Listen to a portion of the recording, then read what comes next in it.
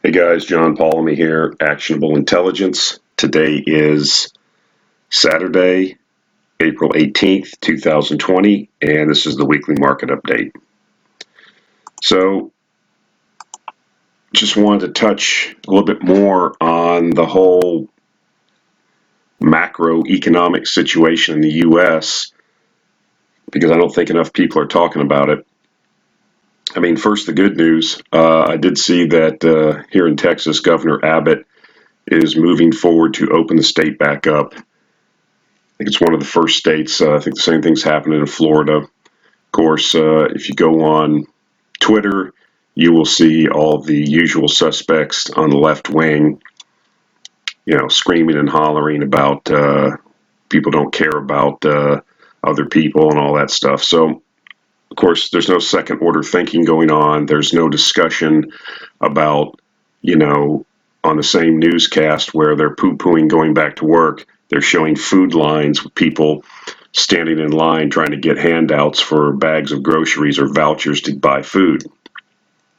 Because now that we're, 4 or 6 weeks into this thing, people's money has run out. There's 22 million people now that have now applied for unemployment insurance, first time claims for unemployment insurance. It took 10 years to create those 22 million jobs, and it took all of 4 weeks to lay all those people off. If you don't think that that's going to have an effect on the economy, if you don't think that's going to have social and political and economic consequences, then you're not capable, I think, of critical thinking. And that's what I've been advocating all along. That doesn't mean that I put the dollar above people's lives. It doesn't mean that people will die. It doesn't mean that I don't care. But no one's looking at the knock-on effects or the secondary and third order effects of continuing this. And, you can go do Google searches. I've been doing it just on some of the social things, repercussions. Suicides are up. Child abuse is up. We don't know what's going on inside a lot of these homes. For example, let's look at this chart. Could you cover 3 months of expenses with savings by selling assets or by borrowing or with help from family and friends? And, over 60% of the people in this country, at least back in 2018, said no, they couldn't do that. They don't have 3 months of expenses that they have saved or that they can get their hands on. So the question is, what are these people doing? I knew all along that the majority of people in this country are living hand to mouth. That's nothing new. That's been ignored by the, two sides of the political system and the financial masters of the universe. They could care less. But what I'm telling you, there's underlying things that are happening here, and they will have political and economic, social repercussions if this is continuing. I like to show these visuals. This is people, I don't know exactly where it was. I got it from a news article. They're protesting that there should be food, not rent forgiveness now.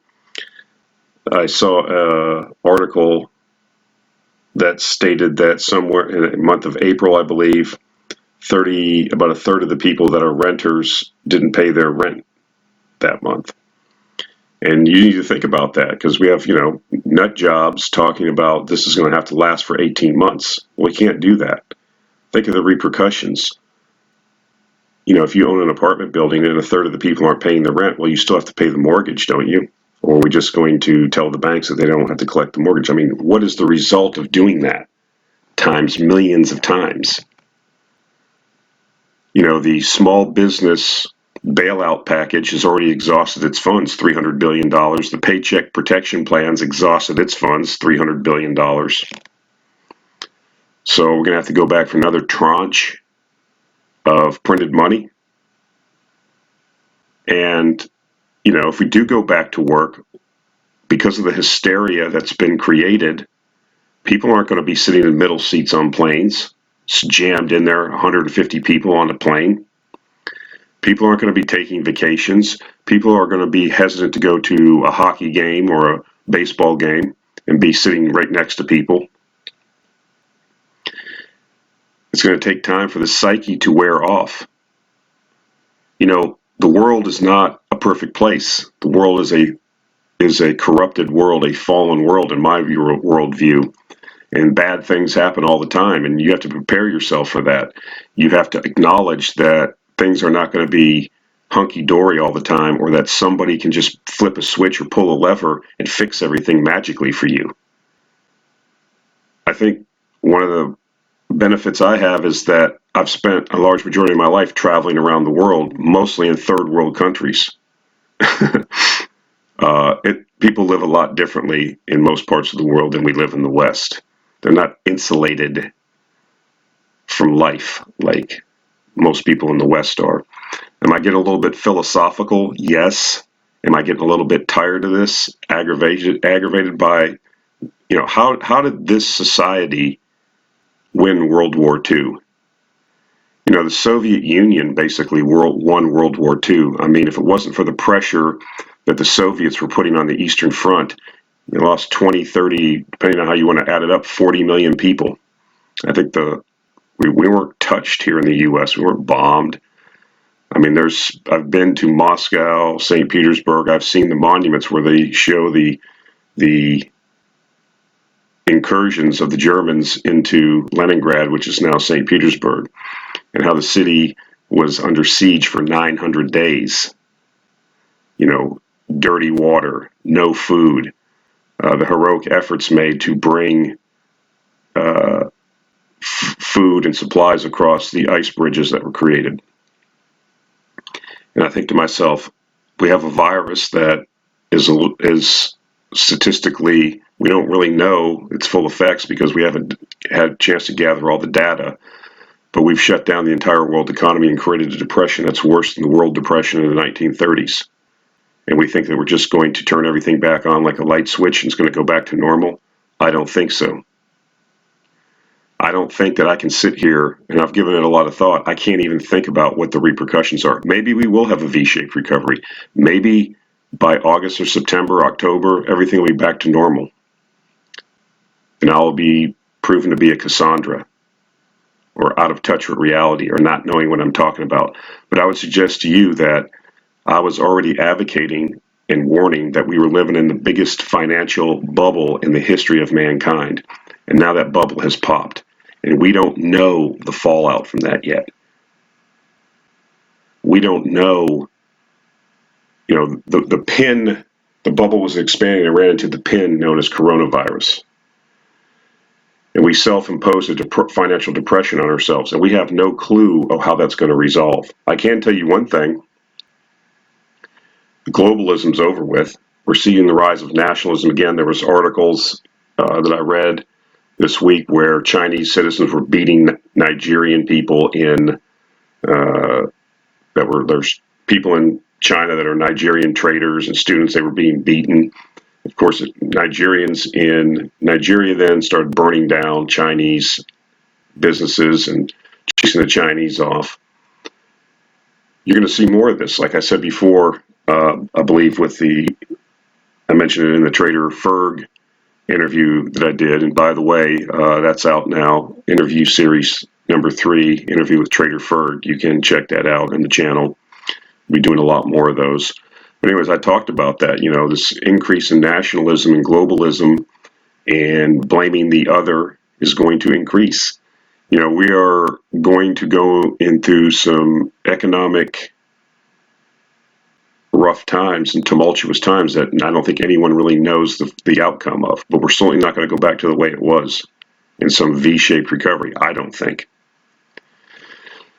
And the last time we had something like this has a tendency, like I said, to lead to the rise of strong, decisive leaders, whether or not they are good leaders, whether or not they are nice people is irrelevant. When people are suffering, they will look to someone to fix the problem.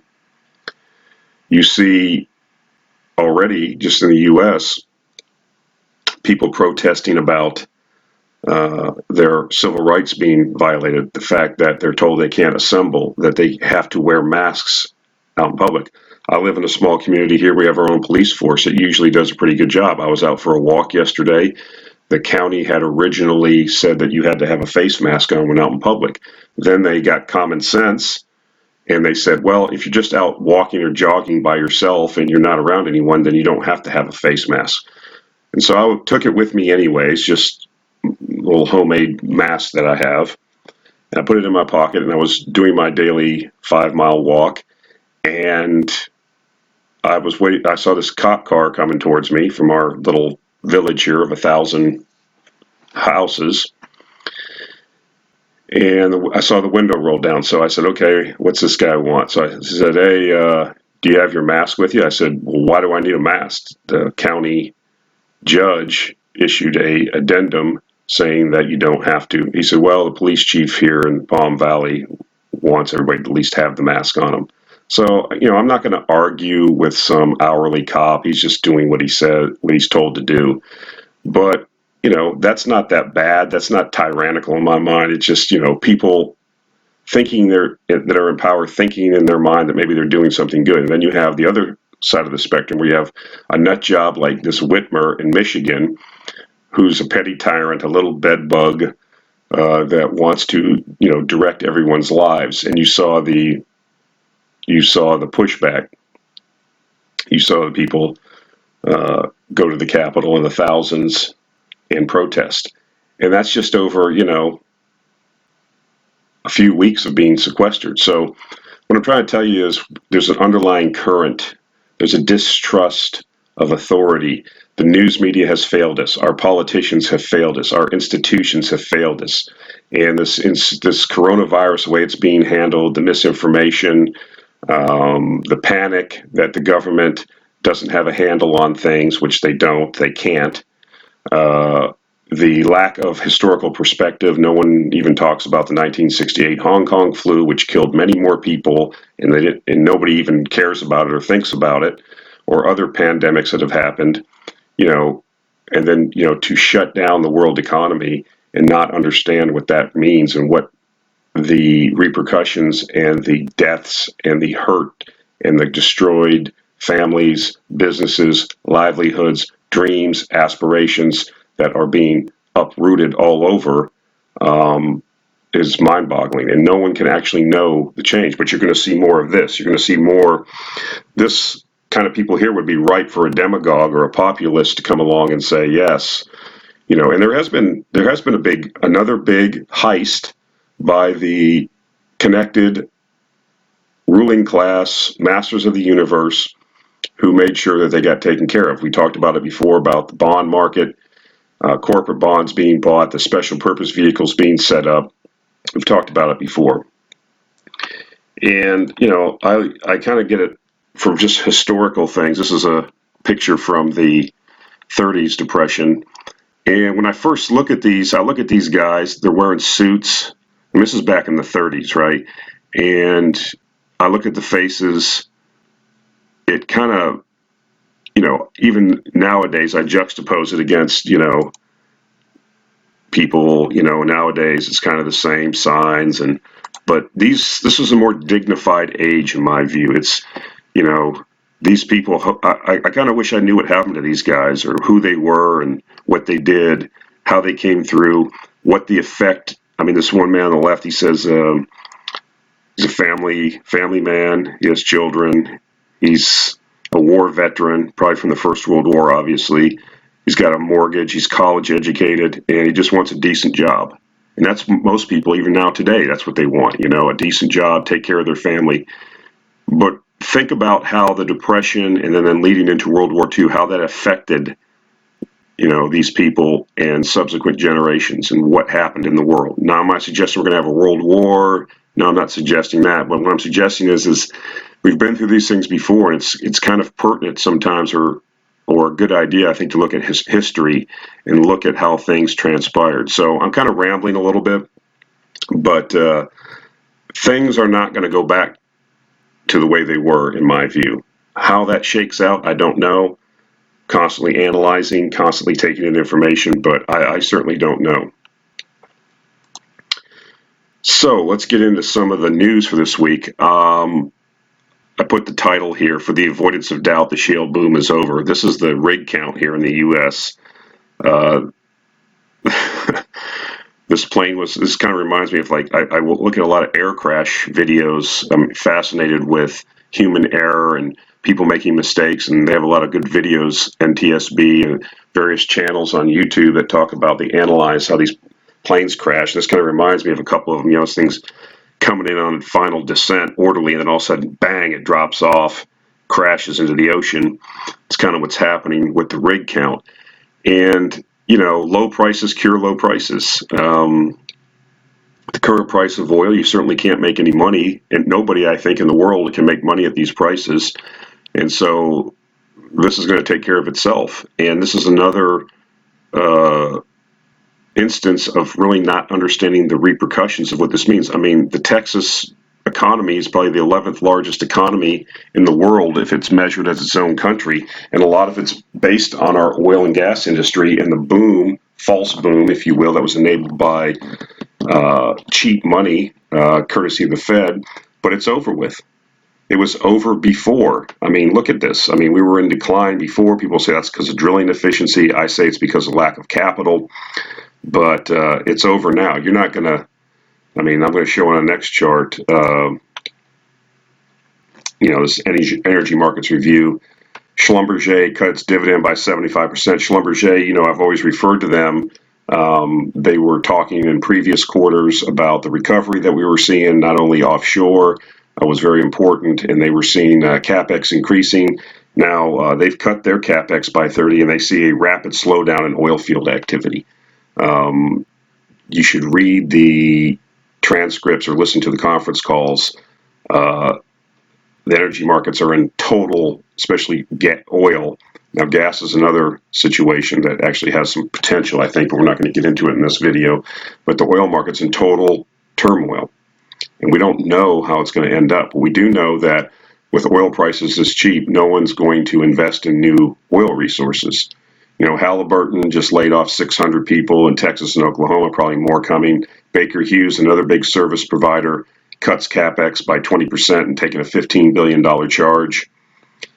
This is a big one. I think this is illustrative for, I think, what's going to happen in the near future, and why we said that, the offshore drilling industry is basically uninvestable at this point. And Diamond Offshore skipped an interest payment this week, and they hired a reorganization. Let's put it this way: attorneys or people that know how to take a company through a reorg, basically a bankruptcy and a reorganization. What's interesting is Diamond Offshore probably has one of the best balance sheets of any of the offshore drillers. It was probably one of the stronger ones, and it's the first one now that's stepping up to the plate. I think they're all going to go through a reorg. Does that mean that all those rigs and everything go away? No. You'll go through a reorganization. They'll wipe out debt.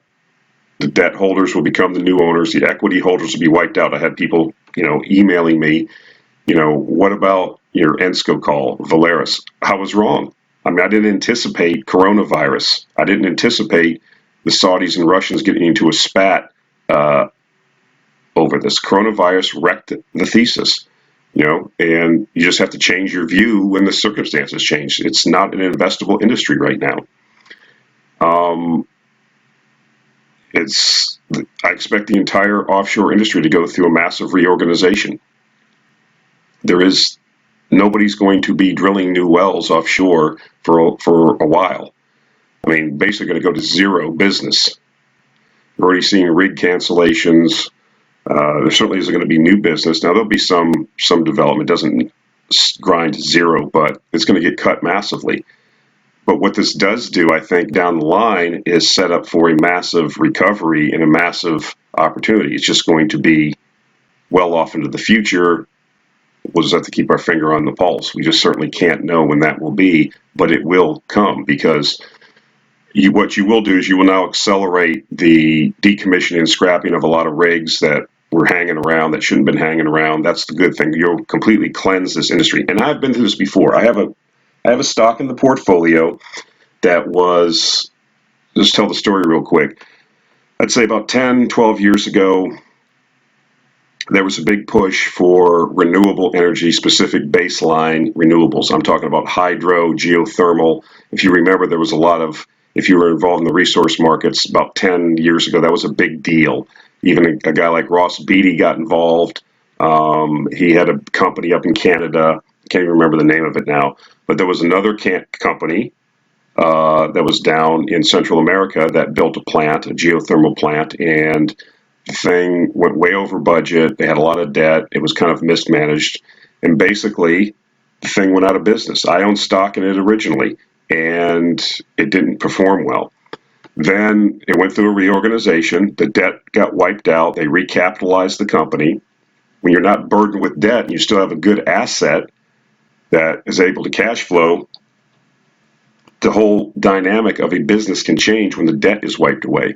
So the debt was wiped away of this particular company, and lo and behold, the thing's just chugging along, making its power, cash flowing, and doing well. The reorganized new entity, the asset, what I'm getting at is the asset doesn't go away. If it's a legitimate asset that has value and it's a capital, it's wealth created, it doesn't disappear. Now, there's a lot of 20 and 25-year-old rigs hanging around that need to get scrapped, and they're going to now through these reorganizations. The industry that comes out of this reorganization will be very streamlined, it'll be much smaller, and it will be set up for a big recovery. You know, the company that I have has subsequently pays a nice dividend. It has been expanding and using its excessive cash flow to build and purchase and build additional hydro projects in South America. And those are now online, so it's rinse and repeat. And it was able to do that because of the fact that the debt was purged. You know, the debt, that $200 million in debt that was purged, $250 million in debt for that plant that was built in Central America, that built an actual physical plant that was capable of creating electricity, creating wealth, okay, creating revenue, cash flow. And when the debt was wiped away, that asset didn't go away, it just changed hands. And that's that's what I'm saying. This, you know, the initial commentary I had this week seem to be pessimistic, and it's going to be pessimistic for many, many people, for most people. I've said it before, depression is a time when most people's standard of living goes down, but that doesn't have to be the case for people that are capable of thinking clearly and are able to look at second order effects and understand what's going to happen. Hey, I swung at this offshore pitch, I missed, boom. But that doesn't mean my career's over. It's just like in baseball. You know, the difference between a guy that hits 275 as his career average and a guy that hits 300 or 310 is about 10 or 15 million dollars a year in salary difference. And so what I'm saying is that okay, missed this pitch, I got struck out swinging, but we're going to get another at bat at some point. There's always another pitch coming across, and we will get another at bat. So what I'm saying to you is that even though most people are going to see their standard of living go down, we don't have to be that way if we can see that, you know, this is possibly or very probably going to be one of the largest reorders or reorganizations of wealth in the history, or the recent history, at least, of the world. And there's going to be a realignment politically, economically, and it creates a lot of opportunity. Out of chaos, that's opportunity. And that's how I'm looking at it. So even though this industry is getting slaughtered right now, at some point, Schlumberger is not going to go out of business. At some point, the company's a buy, just as an example, and it will be a tremendous value. It's not right now. It's the same thing with these offshore drillers. The rigs they have, I mean, these new drill ships that they just came out of the shipyards, that was all financed with debt. That debt gets wiped away, and the ownership of those drill ships will go away from the current equity holders to the new reorganized entity, which will more than likely be the debt holders. And then they will issue equity, and then we'll have the ability to participate. That's the point. So this is just a screen grab I grabbed of the oil prices. We're still in a massive contango with oil prices. This shows the May contract, but you can actually buy oil for like $17 and change. So let's just say at $17.50, even if you go out to August, you've got a $14 contango, right? $13, $14 contango. So, again, this strip, this contango is supportive of more vessels, uh, oil tankers being taken out of service and used as floating storage. Um, I think a lot of people, there's a lot of tourists that have came into this trade because it's really been hyped up and made it onto zero hedge. I know Cuppy's been talking about it a lot, but I mean, we've seen now even some of the press in the tanker business saying, this is going to get to a point where you can't take every tanker out of storage. You still have to move oil around. So what we're seeing, though, I think is this is supportive. I guess the point I'm trying to make is this is supportive continued strength in that particular trade. Um, this is what I grabbed off Twitter. Somebody put on here. Floating storage thus far. This is just as of Friday. You've got 60 out of 802 very large crude carriers are being used for storage.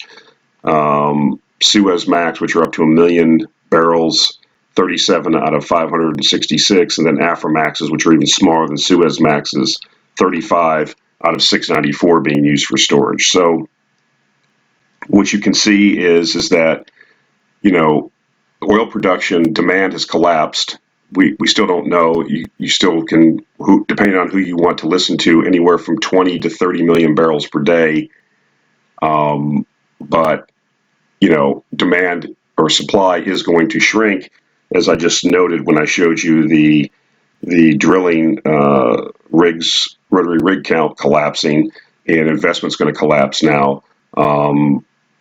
But that takes more than a week or two, right? It's going to take a while. And I think what's going to be illustrative, as people really aren't talking about, is not people aren't going to be incentivized to shut off. There's many oil companies that I have one in my portfolio. They have a large amount of their oil is already hedged. They already have it sold forward at 50 in the 50s. So even though the current spot price is 17.50, they're still getting $50 a barrel. Okay, a lot of banks. But people don't understand that. It's not like you just sell. Everybody just sells their oil at spot. A lot of companies, especially smaller companies, this is what we saw in uranium. This is why it took so long for the uranium price to turn around, because so many companies were living off forward sold product. They had long-term contracts, and even though the spot price was $18 or $20 a pound, they were selling their uranium for $45 or $50 a pound for years, and they were cash flowing nicely. The same thing's going to happen in the oil market. That's when I can see a huge drop off. I mean, you will see a drop off, obviously, especially with shale, but not everybody's going to get killed on this. There's plenty of companies that are not going to be incentivized to turn off their pumps. Now, there may be some storage issues or pipeline issues that cause them to do it, and I don't know how that gets resolved, but there's a lot of, what I'm trying to say is it's more complicated than it's sometimes made out to be. So don't expect, a rapid comeback in oil prices because supply is going to immediately drop and meet the lower demand. So I just wanted to go over the tanker trade right now. Market participants view the current high rates. This is why people are saying, well, why aren't the tanker stocks moving more? Well, they started to move a little bit late last week, but I think a large part of it is because a lot of people in the market view the current high rates. I'm talking about the high day rates for tankers that as temporary and unsustainable. As soon as there's a lot of talk, as soon as the contango goes away, boom, your rates are going to drop. What they fail to realize is that rates were, if you were following this tanker stuff like I have been for over a year, you would realize that tanker rates were already at multi-year highs. And why was that? That was because of the approaching IMO 2020 regulations, which I'm not going to get into now. You can go back and look that up. So I'm going to make a little bit of a case of why I think that, maybe necessarily things don't drop off like everybody thinks. Shippers typically, when they get money in their pocket, they destroy their upcycles by buying more ships. They get cash flow in their pockets, and they can't stand it, so they go out and buy ships. They start, and then they create oversupply, and it creates a collapse in rates for tankers. But we have another regulation that's coming up that's being talked about. It's about greenhouse gases. It's IMO 2030, basically. You can call it that. It's not official yet, but no one in the shipping industry really understands yet what those regs look like. It's talking about a reduction in greenhouse gases from shipping of anywhere from 40 to 50%. So what does that mean for the type of engines that are going to be used, for the type of fuels? No one knows. So even if you are in the shipping business, now there will be some guys, just because they're big Dick Johnson type people, that want to, have the most ships and the biggest ships. There's a lot of that in this industry. But if you're trying to run a legitimate business, you're going to think to yourself, well, I don't even know, in 10 years, this new reg comes out. Am I going to start ordering ships now, not knowing what the regs are going to be for 2030? And then these ships that I order now may not meet the regulations that are going to go into effect. So I think that will temper some of the enthusiasm. We're already at, multi-year lows for replacements of ships already. That's why tanker rates were already moving up well before even this coronavirus contango situation.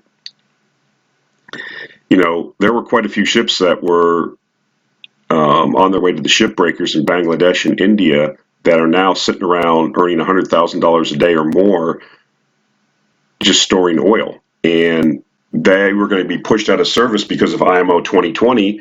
There was no reason somebody was going to spend a bunch of money on a 20-year-old vessel that's at the end of its life to install a scrubber that would cost millions of dollars when the thing's going to be scrapped, or even a tanker that's 15 years old. Why would you spend the money and then have the thing scrapped? It doesn't make any sense. So I think what you're going to possibly see is when this thing does resolve and contango comes off, if you're sitting on a ship that's at the end of its useful life, a 20-year-old tanker, and you've got it sitting off Singapore for the last 4 or 5 months, making $100,000 a day. Okay, well, you've already depreciated that asset all the way. It has no more value. You're not going to take it through another survey in the shipyard to get it resurveyed. You're not going to install a scrubber, take it to the shipbreaker and get it the scrap value. I think you're going to see a lot of that. And what are the ship owners doing with the cash right now? Well, we've seen multiple announcements from various companies as their shipping, or as their cash flows are expanding. They're paying down debt. That's happening. They're increasing dividends. That's happening. And they're buying back shares. That's happening. That's the Walter Schloss value methodology of the 3 things you can do with cash. Now, they can buy more ships, and they eventually will, but these are the first 3 things they're going to do first. They want to repair their balance sheets by paying down the debt before they can start buying more ships. And in the interim, they will increase dividends and buy back shares. These are all good for shareholders, except for buying more ships.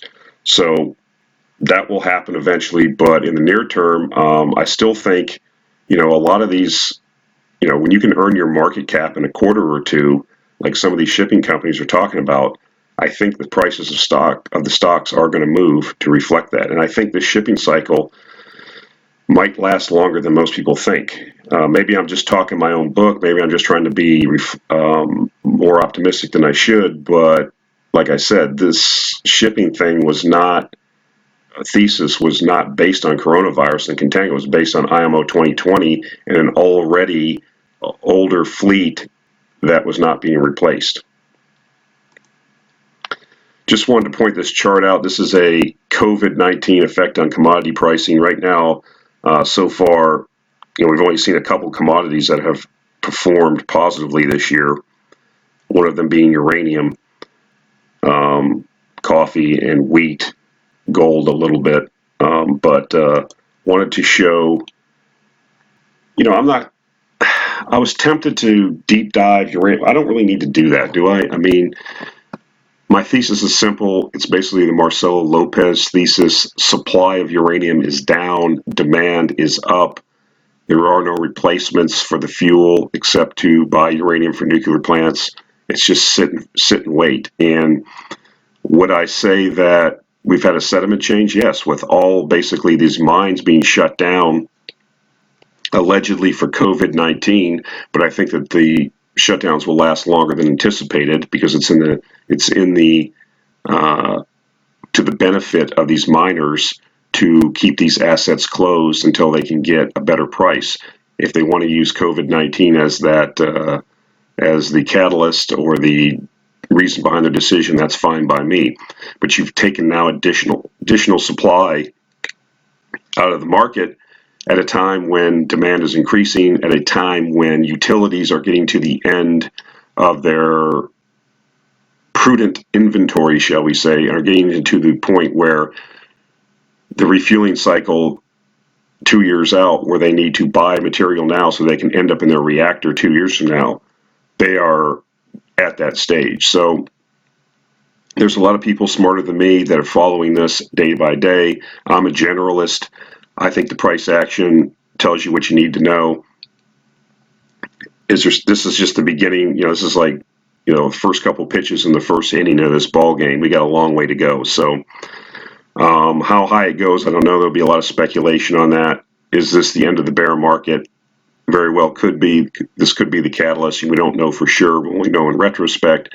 But for me, the thesis still hasn't changed. I'm extremely bullish on uranium and select uranium stocks. I think it's interesting, with the uranium price moving up. Just several weeks ago, you could have bought physical uranium at a 30% discount to a lower price than it is now. I mean, it's just tremendous value that was available, and I really hope people took advantage of that. And I'm not talking about buying these shitty little companies that are going to dilute you. I mean, you could have bought physical uranium at a 30% discount because of the financial crisis. And I just want to emphasize those are the kind of opportunities where, those drums of uranium that are being held in those warehouses, they didn't disappear because the price of uranium participation dropped.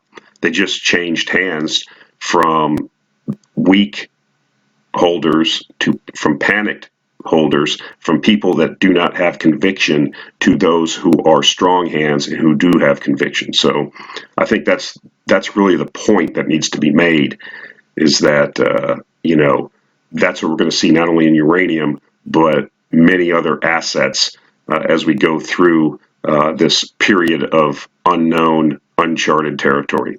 So that's it for this week, guys. Appreciate the listens. Channel continues to grow massively. Thank you for that. Please follow, please share these videos, please subscribe. It helps us out with the algorithm, and appreciate all the comments and emails. I try to answer as much as I can, but it's starting to become overwhelming. So if I don't answer you, I read just about all the emails that I get. I try to stay active in the comments, and I will continue to do so as my time permits.